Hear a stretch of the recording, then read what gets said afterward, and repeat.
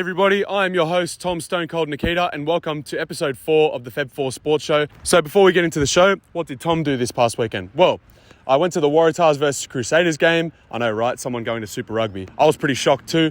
But yeah, it was a really good game. Went for my mate's birthday and saw the Waratahs pick up a really big win, which is good. I'm not really much into club rugby anymore or Super Rugby anymore, but it was good to watch. I saw the Dragons make it 3 straight against the West Tigers. Unfortunately, West Tigers fans, wasn't your day. And obviously, look, we lost on the FEB4 Sports Show multi. I want to say it's on me. And look, again, I'm the one who's putting the bets together, so it is on me. But fucking Chelsea, man. What else is there to say? You know, Everton are coming third last. Chelsea concede in the 46th minute, a minute after halftime, almost concede a couple minutes after that. Jordan Pickford did have a great game and Chelsea didn't play well, but, that's out of our 2 multis that we have lost. They've both been on EPL or English Premier League legs. So I think I'm going to steer clear of those for our future multis. And that's what Tom did this weekend. So this past weekend in sports, so there were 3 relatively big upsets in the NRL. The Broncos beating the Sharks 16-7. The second one being the Bulldogs beating the Roosters 16-12. And the third one, which wasn't a massive upset, but still a pretty big upset, the Cowboys beating the Parramatta Eels 35-4. So starting with the Bulldogs. So I've been shitting on them for the past few weeks now. And to be honest, it was actually really good to see them pick up their first win in 6 weeks. They obviously hadn't won a game since round 1.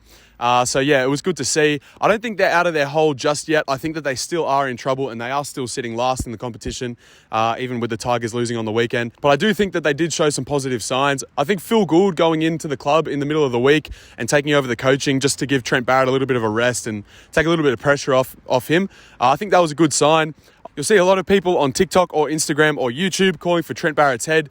I've been one of those people as well, but it was really good to see them pick up a win. They showed a little bit more fight and a little bit more attitude. The Bulldogs aren't out of their hole just yet, but they are showing positive signs. And obviously beating the Roosters is a big win. The Roosters were coming 4th, so to beat a top 4 team coming in last place was a pretty big win. On to the Roosters. For fuck's sake, I called them pretenders last week.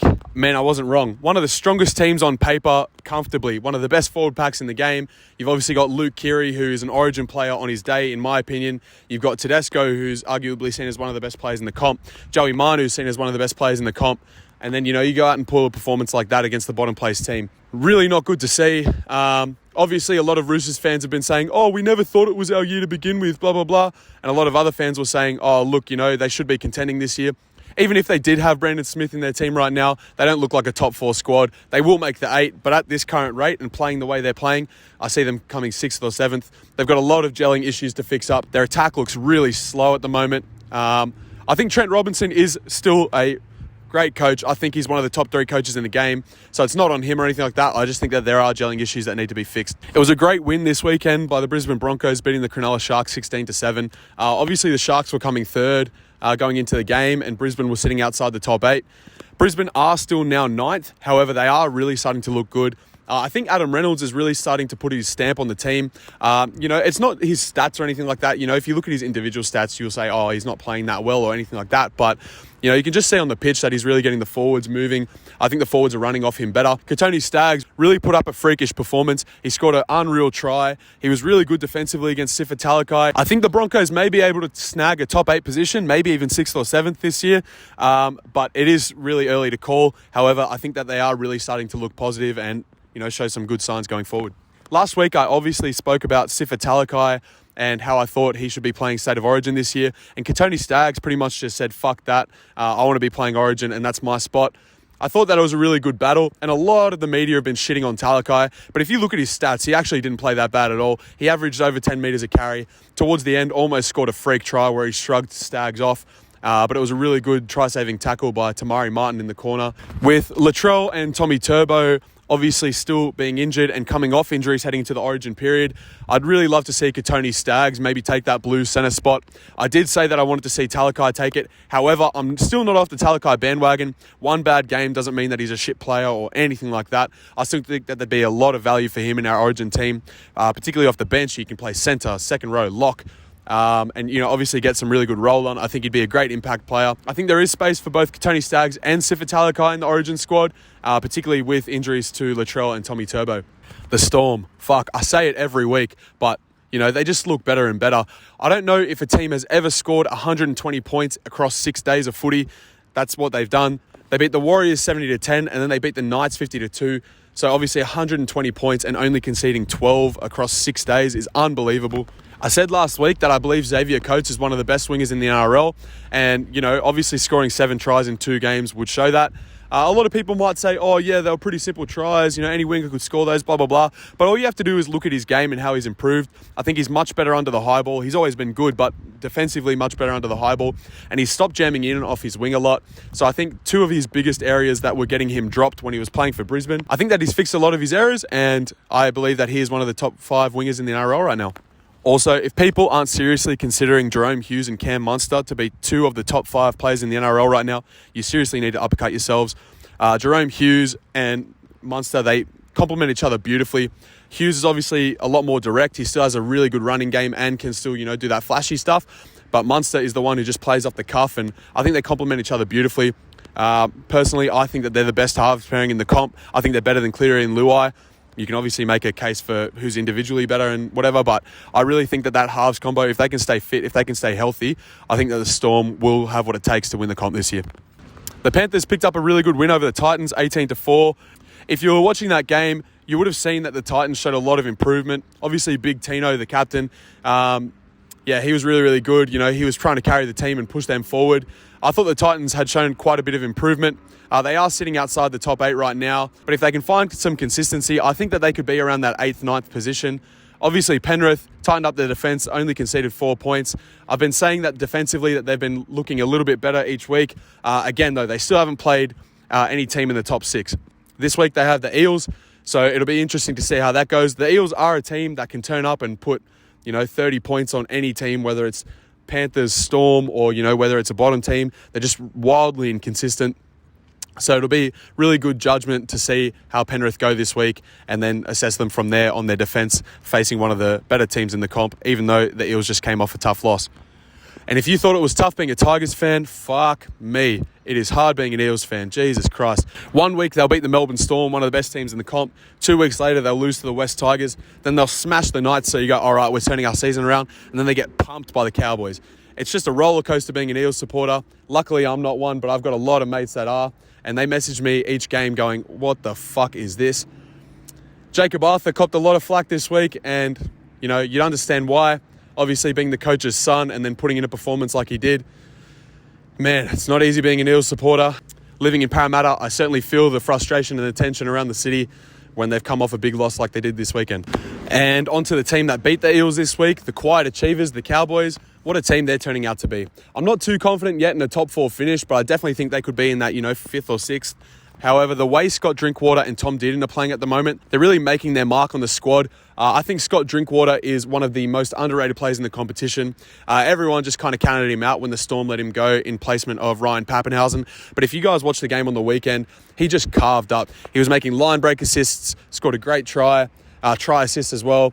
He was really looking good. I think Tom Dearden's also starting to show that he is NRL quality. He seems to be steering the team around really, really well. And obviously when you've got, in my opinion, the greatest forward of the NRL era, Tamalolo looks like he's back to his old best, averaging like 14, 15 metres a carry.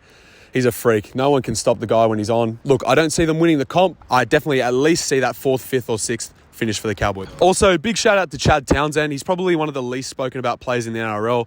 The only thing that gets spoken about him is that shot that he put on Kalen Ponga last year. But, Chad Townsend, in my opinion, it's no coincidence that wherever he goes, the clubs get better. He started at the Sharks. They weren't that great. Went to the Warriors. The Warriors got better while he was there. Goes back to the Sharks. Wins a comp in his first season with them. And then his first season with the Cowboys, they improve out of sight. In my opinion, no coincidence. He's not the flashiest player in the world. He's not the halfback that you're going to pay $1.5 million for. But he gets the job done. He steers the team around the park. Great kicking game. Chad Townsend, you're my MVP. Also, this Sunday is UFC 274. I back myself. I pride myself mostly on my UFC bets. So, again, I'm going to throw forward to future Tom, who is going to have your winning UFC multi for you. So this Sunday, we have UFC 274. This card was pretty hard to pick, actually. I usually back myself on all my UFC bets, and I still am backing myself this week. There are a few matches where I was kind of umming and ahhing about. I could see it ending a multitude of ways, but here's the multi that I ended up with. It's only 5 legs, so I've tried to make it a little bit safer than usual, but here's how it goes. Rose Namajunas, the current strawweight champion in the UFC, to beat Carla Esparza by TKO or points. I think Rose is on a roll right now, even though Carla Esparza also is. I think Rose is just in a different class at the moment. That could be a relatively close fight, but I have Rose Namajunas by TKO or points. I have Cowboy Cerrone to beat Joe Lawson just by any way of winning. I have Ovince St. Preux to beat Shogun Rua. That fight could go any way. Both fighters are 40, so that's kind of an iffy one, but I think that Ovince St. Preux is going to win that one. I have Michael Chandler to beat Tony Ferguson by TKO or points. Again, Tony Ferguson, you never know what performance he's going to give you. He can rock up and be one of the best in the world, or he can rock up and not even show up. But I think Chandler is going to be too good for him. I think Ferguson's kind of at the end of his career now. And finally, I have Charles Oliveira to win against Justin Gaethje by submission or points. I think he's the best submission artist, or one of the best submission artists in the UFC. Personally, I don't really see him knocking Gaethje out. However, we have seen that Gaethje just leaves his chin out and can cop an absolute beating. He rarely gets knocked down, so that one's going to be 50-50. If you weren't sure of backing this bet, that's probably the fight I'd stay away from the most. However, I still do see Charles Oliveira beating Justin Gaethje there. That's 5 legs, and all those bets coming together pay $11.50. And now on to the Tom Bet Road to 10K. Look, I said it in the intro. I'm going to say it again. I'm sorry. Out of 5 legs, 4 of them came off and came off pretty comfortably. We were unlucky. I'm not making excuses. We did lose the bet, but, just a few things went wrong in the game, and that's how it is. However, no reason to drop our heads. Really, it was $10 that we started with. So we are now on to our third Road to 10K bet. I don't care if it takes me 500 goes. We're going to get this 10K. And when we do, we're going to laugh at our mates who are saying, oh, you've got no chance to do this. You know why? Because we're punters, and that's what we do. You know the rules. We've got to get 10 wins straight on $2 odds or better. So if you don't know, we start with $10. We just put a $10 bet, whether it's made up of 5, $1.10 legs, $1.15 legs, or whether it's just one straight $2 bet. We put 10 of those in a row, compound our winnings, $10 on $2 odds, $20 on $2 odds, 40, etc., etc., etc. We compound those winnings, 10 in a row equals 10K, and that's our road to 10K.